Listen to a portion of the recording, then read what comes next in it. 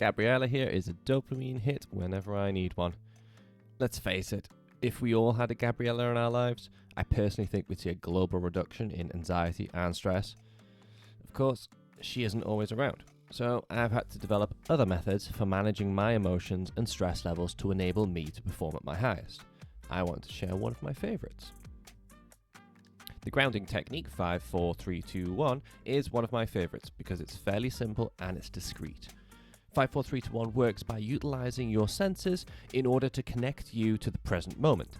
In other words, if you are anything like me and your anxiety usually stems from wandering thoughts of all of the things that might, maybe, could, haven't, would have, never have, could have, you get the idea. Basically, if your mind wanders about anything that could be stressed about that isn't the present moment in time, this technique might be useful to you. 5, 4, 3, 2, 1 can help you reduce anxiety and stress by redirecting your thoughts to the present moment and away from those intrusive thoughts. This will, in turn, with practice, help you enhance emotional regulation and reduce intense emotions. It's also a fantastic way to center yourself around the task at hand, since the process will help you refocus. My mind frequently wanders, and I wonder what this button does.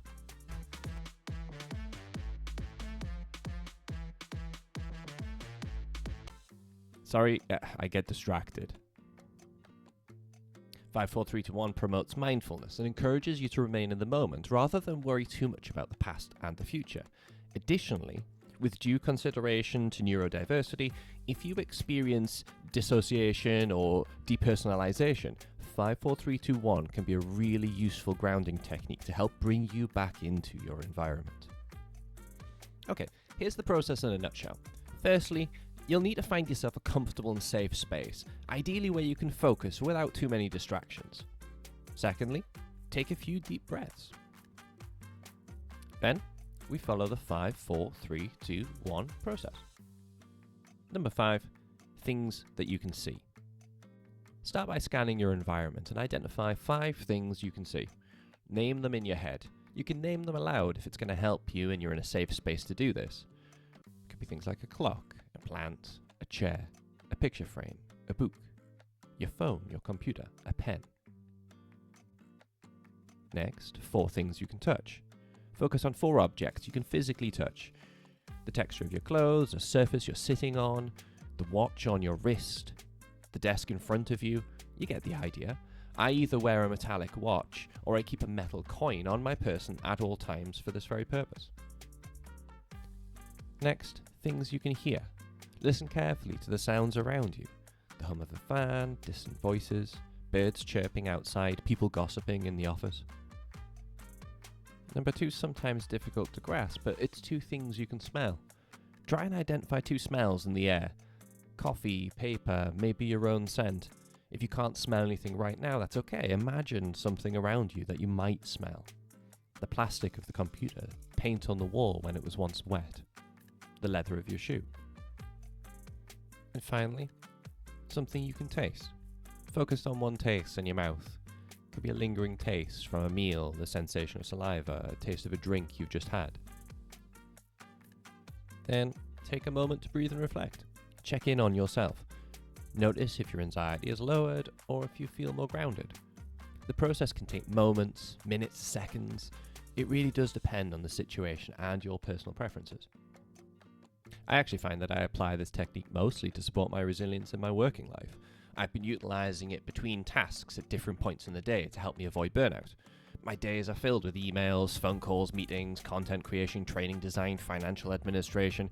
My neurotype means I thrive in multitasking situations on the most part, but that doesn't make me immune to burnout at all. And particularly if I've spent my day doing things I don't particularly enjoy, my resilience battery is going to suffer.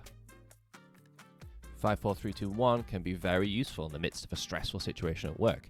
Maybe you're preparing for an important meeting or presentation, an interview, a difficult conversation. Emotions stack up.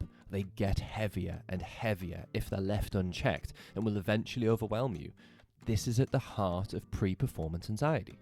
5, 4, 3, 2, 1 applied before a pressure situation will help you shed some of the weight of those emotions by distracting your mind from worrying about the source of the pressure. What can you see around you? Name 5 things in your mind. What can you feel? Your clothing, your chair you're sitting on, the floor under your feet, the keys in your pocket. What can you hear? Birds outside, the air conditioning, people's voices on the other side of the room. What can you smell? The cheap office coffee in your hands, your favourite cologne or perfume. What can you taste? Mouthwash from earlier in the day, or most likely that cheap office coffee again. Another consideration, 5, 4, 3, 2, 1 can be a really beneficial exercise before you go to sleep. In the modern world, with distractions embedding themselves into our brains from literally anywhere on the planet, it's no surprise that sleep doesn't come easily to many of us. So, let's have a look at this technique instead of counting sheep. The problem in this instance is that our minds are racing with thoughts from the day, making it difficult to relax enough for us to drift off into a peaceful slumber. So, as you lie in the bed, take a few initial breaths to help calm your nervous system and then follow your 5, 4, 3, 2, 1. Even in the darkness of your room, you can focus on things like the faint outline of furniture or the reflection of light maybe coming in through the window, other things you can see in the darkness like your side table, the end of the bed, a closed doorway. Settle down and think about things you can touch. Take notice of the softness of the sheets, the pillow beneath your head, the feel of the blanket. Focus on the background sounds that might help you relax, the hum of a fan, ticking of a clock, sound of wind or rain outside. If you have a common scent nearby, like lavender or fresh linen, focus on that. If there's nothing to smell, take a few breaths and try to imagine the smell of a comforting scent. Focus on the aftertaste of a meal or a drink, your toothpaste if you've just brushed your teeth, or simply notice the taste in your mouth. Then, lie back, take a moment, and reflect on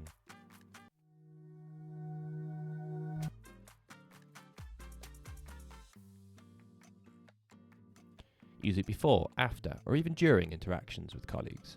Depending on your neurodiversity, socializing with work colleagues may or may not be a straightforward task for you. If it isn't, maybe if you are neurodivergent or highly introverted, just for example, 5, 4, 3, 2, 1 is an excellent technique to help you manage your resilience battery. A quick caveat though, all forms of mindfulness, well-being and health strategies are subjective in their own ways. We're all very, very different. Where mental health and well-being is concerned, there isn't a universal one-size-fits-all. 5, 4, 3, 2, 1 works for me, but I've also administered other grounding techniques that I've seen work for my mentees in the past that don't work for me personally. There are a number of variables at play here between your nurtured background, your neurodiversity, and your individual nature.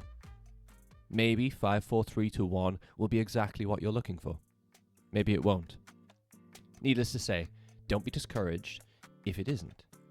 I'll be sharing alternative techniques for managing your well-being and resilience with diversity, practicality, and accessibility firmly in mind. Follow me here and try them out. If you like them, use them, and please share them to others who might benefit from them. Most of all, good luck with it and make time for your own health.